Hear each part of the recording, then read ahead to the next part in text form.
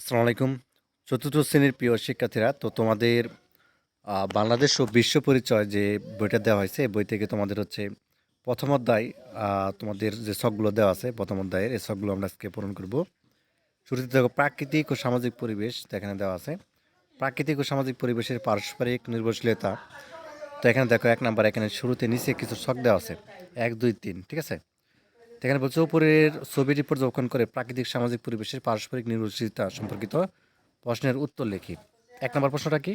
প্রাকৃতিক পরিবেশের উপাদানগুলো কী কী সেগুলো লিখতে হবে, তাই না?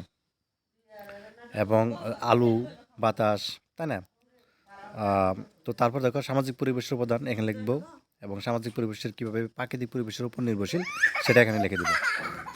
আচ্ছা, তাহলে তুমি এখানে কি লিখে দেবে? প্রাকৃতিক পরিবেশের উপাদানগুলো কী কী? তো তুমি লিখবা যে মাটি, পানি, বাতাস, পাহাড়, নদী, নালা, সূর্য, চাঁদ ইত্যাদি এগুলো লিখে দিবে। 2 নম্বরে কি লিখবে? সামাজিক পরিবেশের উপাদানগুলো কী কী? এই যে ঘরবাড়ি, স্কুল, কলেজ, তাই না? রাস্তাঘাট, অফিস, আদালত, বিদ্যুৎ ইত্যাদি এগুলো লিখে দিবে। এখন সামাজিক পরিবেশের কীভাবে প্রাকৃতিক পরিবেশের উপর নির্ভরশীল? তো তুমি লিখবে সামাজিক পরিবেশ প্রাকৃতিক পরিবেশের উপর নানাভাবে নির্ভরশীল। মানুষ তাদের ঘরবাড়ি তৈরি, খাবার সংগ্রহ এবং অন্যান্য প্রয়োজন প্রাকৃতিক উপর নির্ভরশীল, ঠিক আছে? আচ্ছা, এখানে তোমাদের 3 নাম্বার পৃষ্ঠায় আরেকটি ছক রয়েছে, এখানে দেখতে পাচ্ছ, এই ছকটা পূরণ করতে বলা হয়েছে।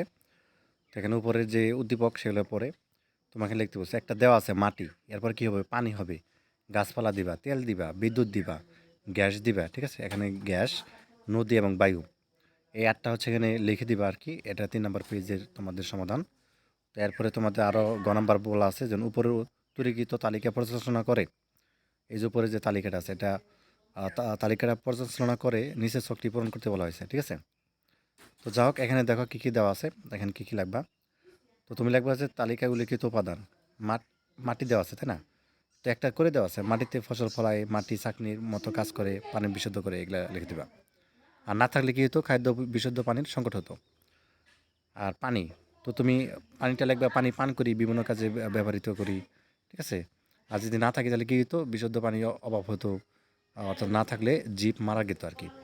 বায়ুটা লিখবা, অক্সিজেন পায় আর গাছপালা কার্বন ডাই অক্সাইড পায়।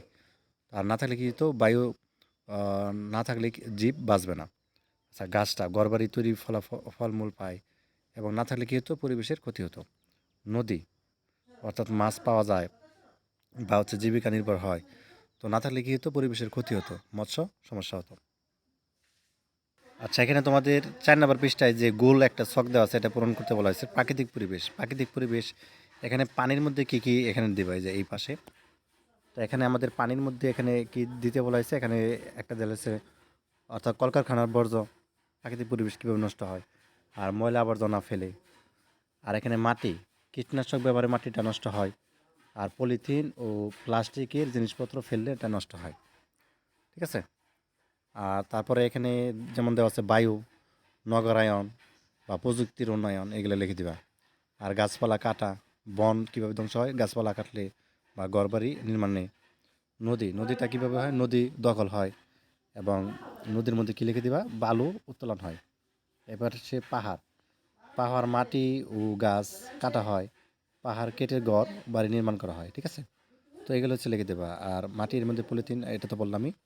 তো যাই হোক, এটাই হচ্ছে মূলত এখানে গ নাম্বার বলছে আমাদেরকে যে পূর্বে পৃষ্ঠা অনুচ্ছেদটি পরে প্রাকৃতিক পরিবেশে কীভাবে মানুষের কার্যক্রম দ্বারা ক্ষতিগ্রস্ত হয়, ঠিক আছে?